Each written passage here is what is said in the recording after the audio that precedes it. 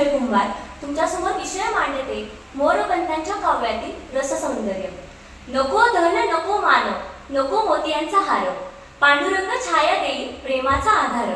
या काव्याच्या ओळी देणारे समाधानी मोरपंत पराडकर या काव्याच्या माध्यमातून अध्यात्म आणि समाज या दोन्ही गोष्टींना ज्ञान देण्याचे काम त्यांनी केले।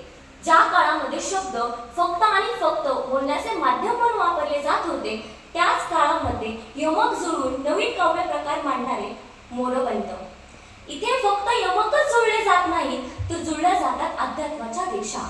मोरपंतांनी नवीन परंपरा, नवी शब्द रचना या सगळ्याच्या माध्यमातून काव्य प्रकार मांडला।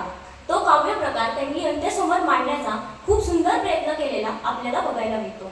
त्यांच्या काव्याच्या माध्यमातून त्यांनी समाज आणि अध्यात्म या दोन्ही गोष्टींना ज्ञान देण्याचे काम खूप सुंदर प्रकारे केले। भारतीय संस्कृतीला ललाटून टाकणाऱ्या आणि आकर्षित करणारे रामायण आणि महाभारत या दोन्ही गोष्टींचं आकर्षण मोरपंतांना भरपूर होतं। त्यांच्यातीलच चरित्र, घटना, व्यक्ती, कर्तृत्व हे सगळे त्यांनी त्यांच्या काव्यामध्ये खूप सुंदर प्रकारे मांडलेले आपण बघितलेले आहेत। त्याचबरोबर भाषेची शुद्धता, रसिकता, अभिजातता, अभिरचना इत्यादी सगळ्या गोष्टी पण त्यांनी समाजाला देण्याचे काम खूप सुंदर केले आहे। पद्यांच्या सारखे गुरु आणि मोरोबांसारखा शिष्य मिळणे म्हणजे समसमा संयोगच होय। सुमारे 12 वर्ष त्यांनी त्यांच्या गुरूंकडे शिक्षण घेतले।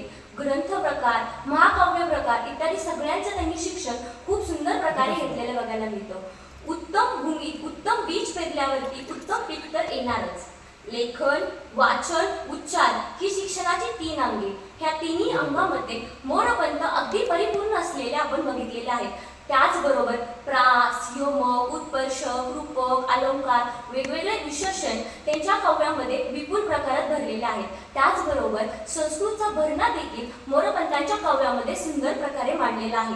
प्रस्तुत विषयाकडे ओळख असताना सर्वप्रथम रससौंदर्य म्हणजे काय आणि रससौंदर्य कोणती ते बघूया। रस म्हणजे मनाच्या भावनिक स्थितीचा अभ्यास करणारे शास्त्र होय।